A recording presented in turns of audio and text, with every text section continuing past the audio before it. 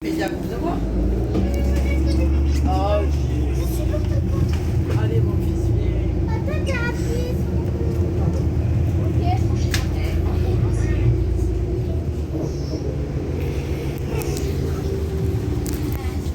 Ah, c'était bon.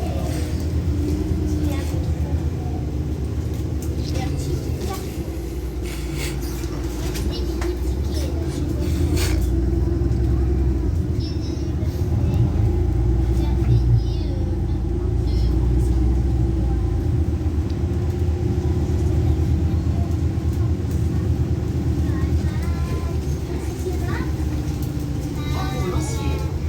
Maman, c'est celui-là.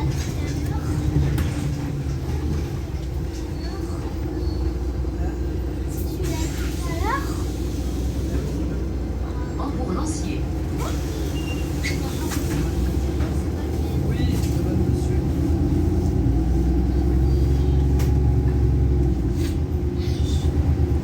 Ça veut dire tout à l'heure, on était là. Sur un domicile. Parce que je pense que ça répond aussi au contexte post-Covid, au contexte économique, et on a vu ces services se développer de manière significative. Post-Covid, raz-de-marée.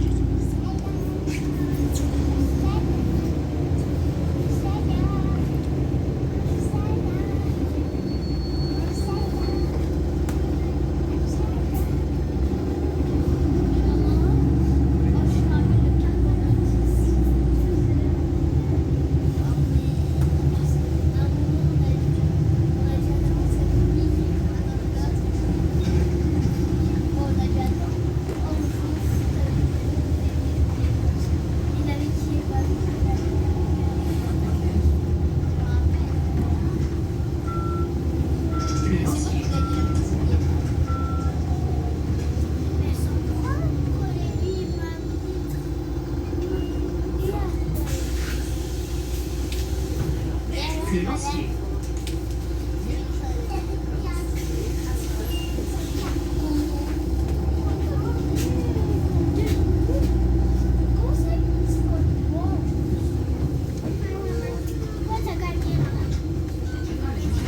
Prochain arrêt, Jardin Bordeaux.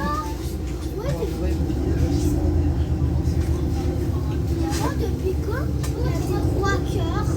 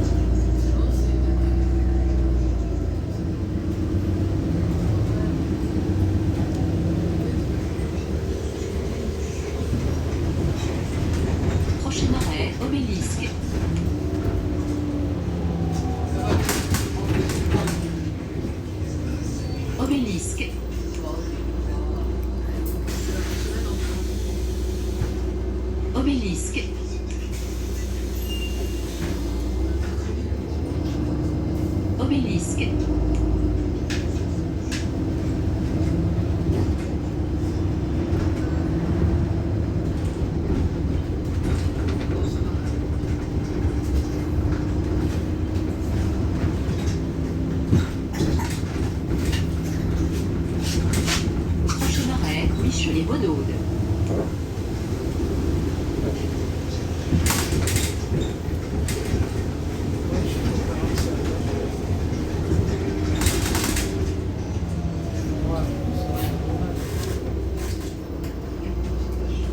C'est où toi?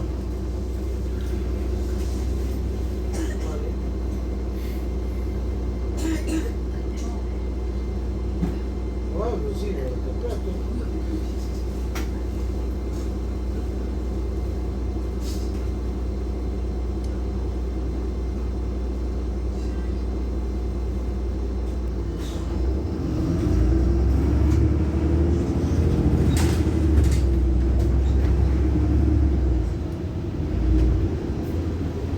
Michelet-Bonaude.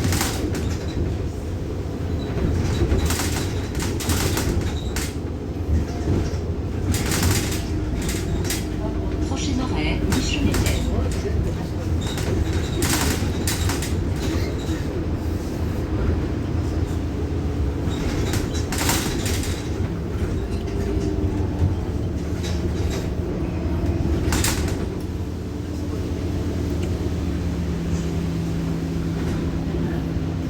Michelet-Tête.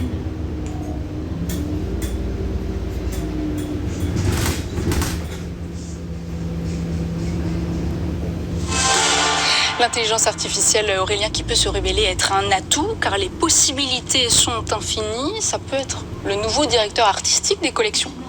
Oui, tout à fait, Noémie. C'est vrai que l'intelligence artificielle se met aujourd'hui au service des directions artistiques des enseignes dans le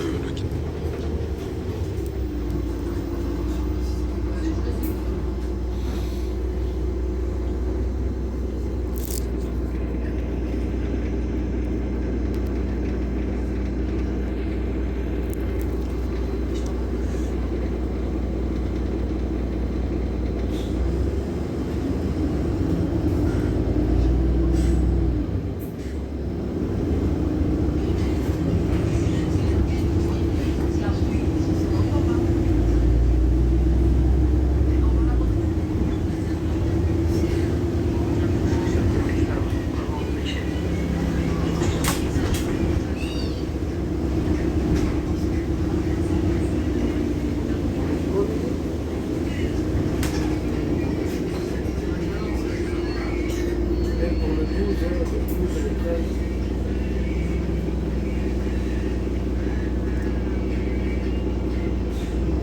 Le Guy Michelet.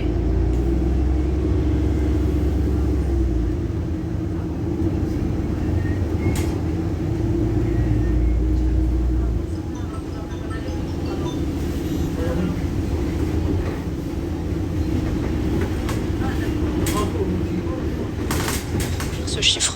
Alors là, c'est pour le coup sans doute un terrain de jeu qui a déjà été emprunté par bon nombre d'acteurs dans le secteur de la coiffure. Le sujet, c'est effectivement de vous permettre d'avoir une projection sur le rendu sans forcément qu'il y ait eu intervention à proprement parler du coiffeur. Donc c'est plutôt là de la VR, de l'AR, c'est-à-dire de la réalité augmentée. Et effectivement, on vous projette une coloration, voire même une coupe, avant même qu'il y ait eu quoi que ce soit. Et donc c'est peut-être là aussi le meilleur moyen d'éviter les écueils dont vous parlez. Et justement, j'aimerais vous faire réagir là-dessus, Cédric Lozda. Le secteur de la beauté, il y a beaucoup recours. Est-ce que ça permettrait d'améliorer aussi le trafic de la division coiffure? Oui, non, c'est un très bon outil. Aujourd'hui, les nouvelles technologies sont assez impressionnantes quand vous pouvez simuler Noémie. Si vous demandez à votre coiffeur de quoi aurais-je l'air si j'avais les cheveux courts, les résultats sont assez bluffants.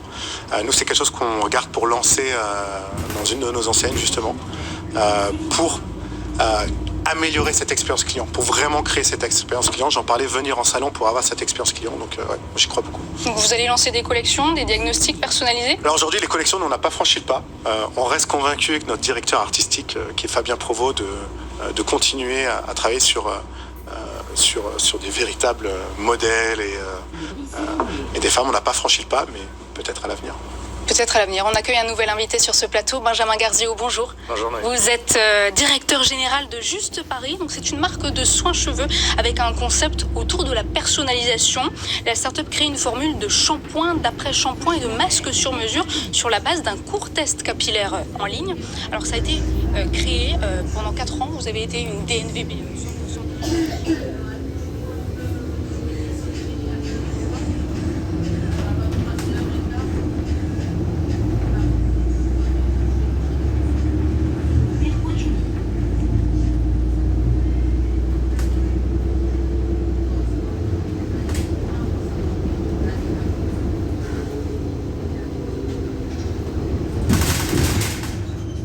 Prochain arrêt, Antipoitiers.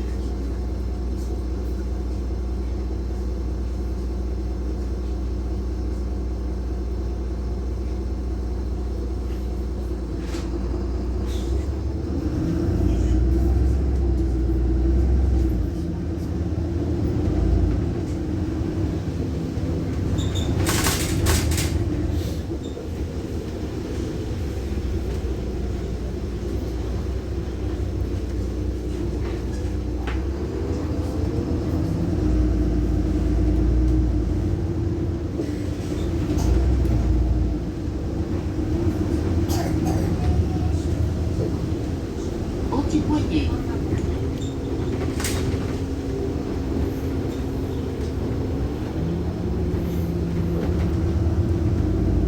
Sainte-Marguerite-Vautier.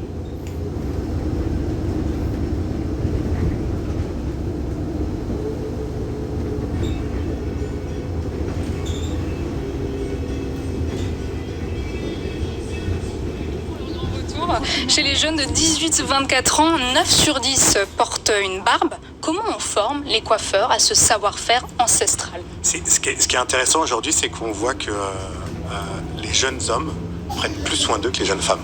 Une jeune femme qui va avoir tendance à avoir les cheveux longs va peut-être aller chez le coiffeur 2 fois par an.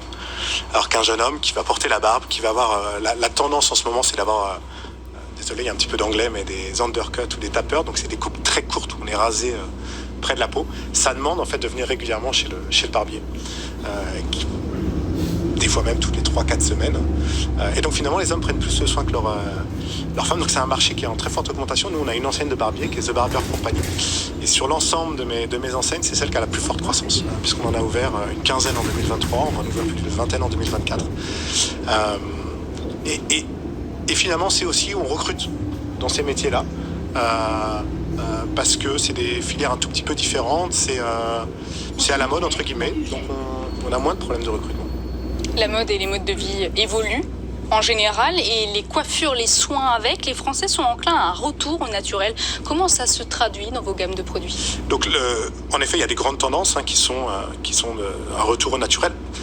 Le naturel, ça n'empêche pas de prendre soin de ses cheveux. Vous en parliez tout à l'heure, Noémie. Ce qui est important, c'est d'avoir les bons produits pour prendre soin de ses cheveux.